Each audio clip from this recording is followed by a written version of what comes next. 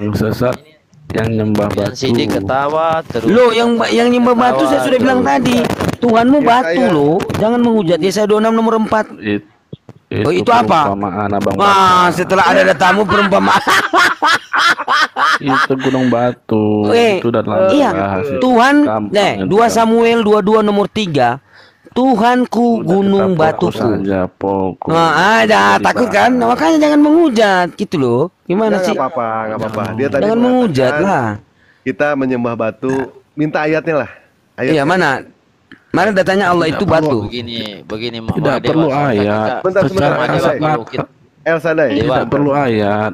Secara kasat mata kasat mata sudah terlihat kok. Kamu mencium ibumu, cium tangan ibumu. Kamu mencium tangan ibumu Tuhan.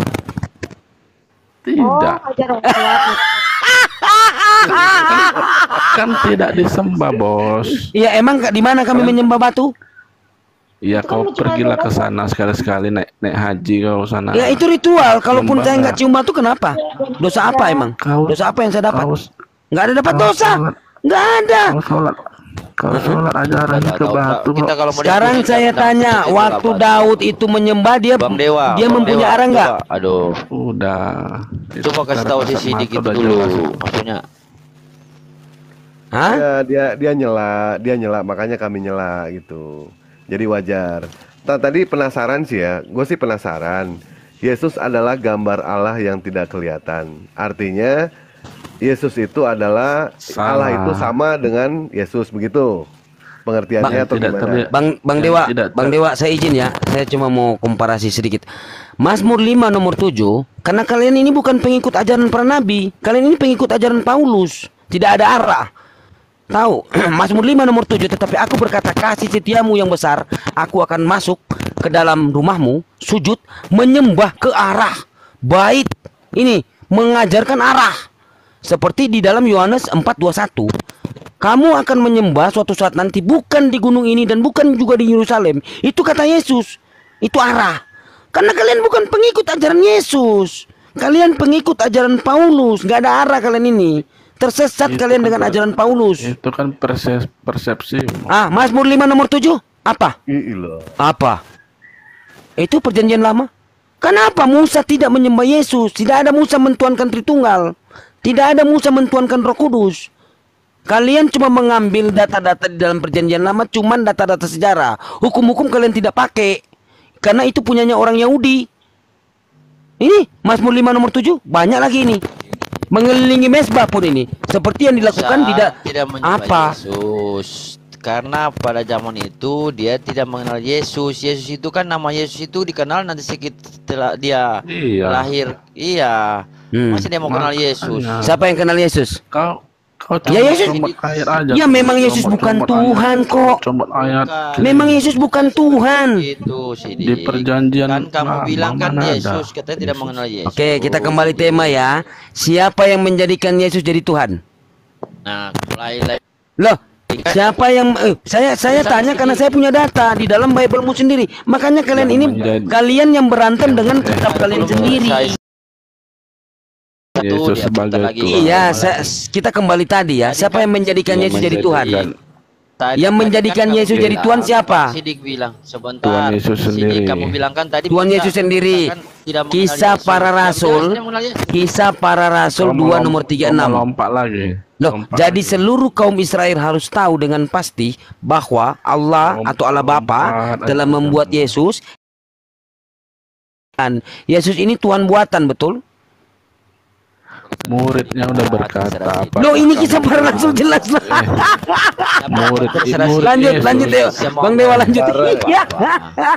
Tapi sih tadi Sidik begini Bang Sidik ini kan terserah dia maunya dia aja, dia comot, tidak apa-apa. Gimana sih? Mau Sidik bukan, tetapi itu tertulis di dalam kitab seperti itu.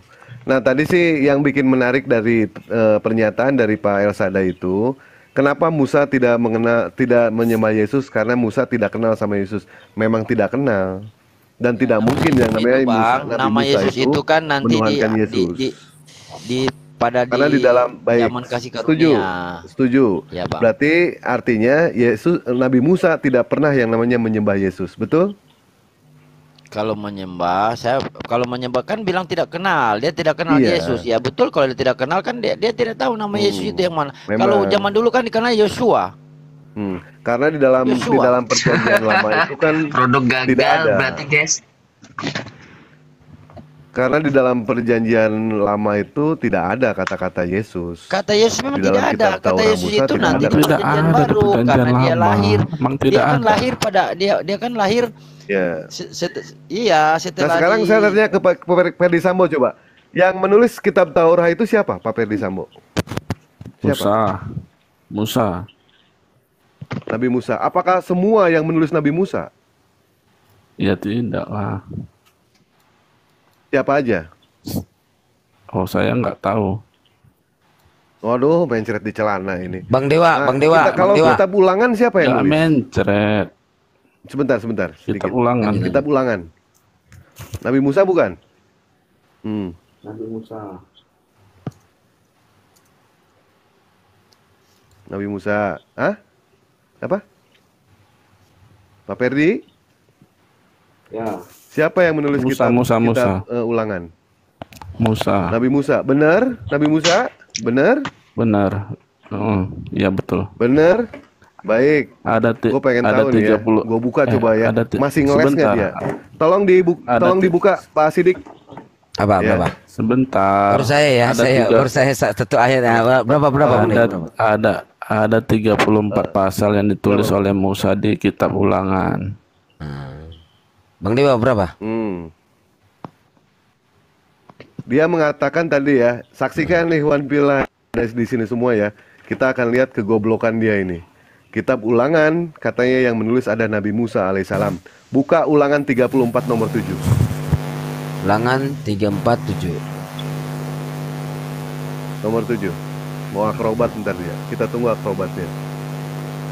Ulangan 34.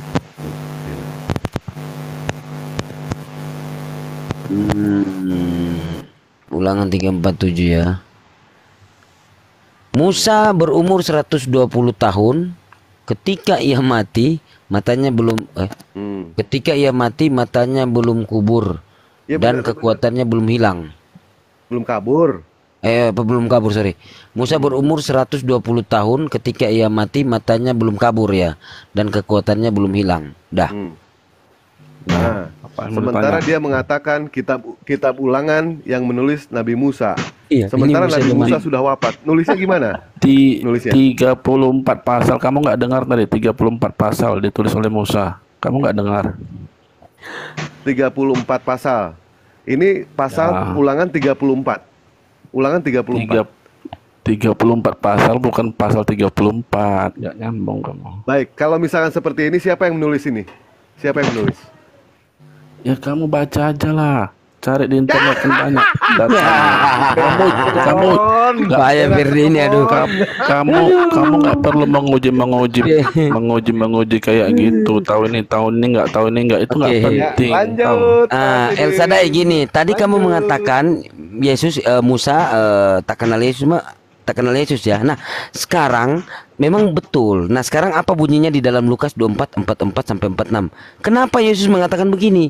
Lukas menulis Yesus berkata, "Inilah perkataan Yesus yang telah kukatakan kepadamu ketika aku masih bersama-sama dengan kamu, yakni bahwa harus digenapi semua yang ada tertulis tentang aku." Ini tertulis tentang aku. Kata Yesus, dalam kitab Taurat Musa dan kitab nabi-nabi dan kitab Mazmur ada tertulis tertulis demikian, Yesus harus menderita dan bangkit dari antara orang mati pada hari yang ketiga. Tapi bohong. Iya. Tapi bohong. Lagi. Mana tertulis di dalam kitab Musa dan nabi-nabi dan Mazmur? Mana tertulis bahwasanya Yesus harus menderita? Kau katakan tadi, oh enggak, Yesus enggak kenal, enggak ada Yesus di situ, enggak ada Yesus dalam perjanjian lama. Namanya dia tidak kenal Yesus karena namanya Yesus kan pada saat itu yang orang mengenal cuma Yosua.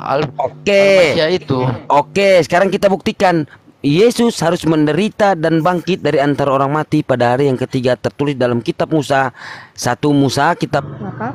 Siapakah yang mau memberi pinjaman kepada Allah dengan pinjaman yang baik, Ia akan melipat gandakan untuknya dan baginya diberi ganjaran yang sangat mulia. Ini memberikan pinjaman apa aja deh. Pinjaman online, pinjaman apa? Oke.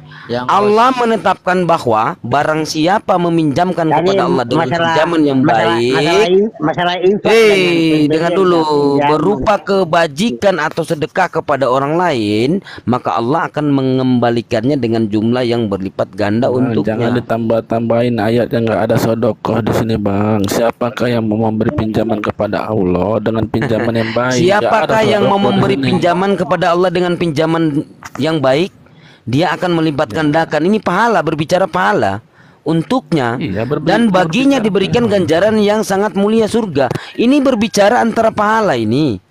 Nah, pinjaman apa yang kamu maksud? Dalam konteks pinjaman itu yang saya tanyakan, pinjaman apa ini? Itu yang saya katakan tadi, itu yang penafsirannya itu. Nah, terus pinjaman online.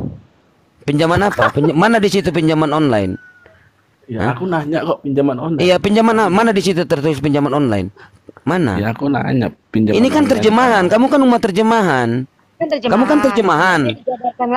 Kamu kan nggak tahu tentang kaidah bahasa Arab, kan kamu nggak tahu.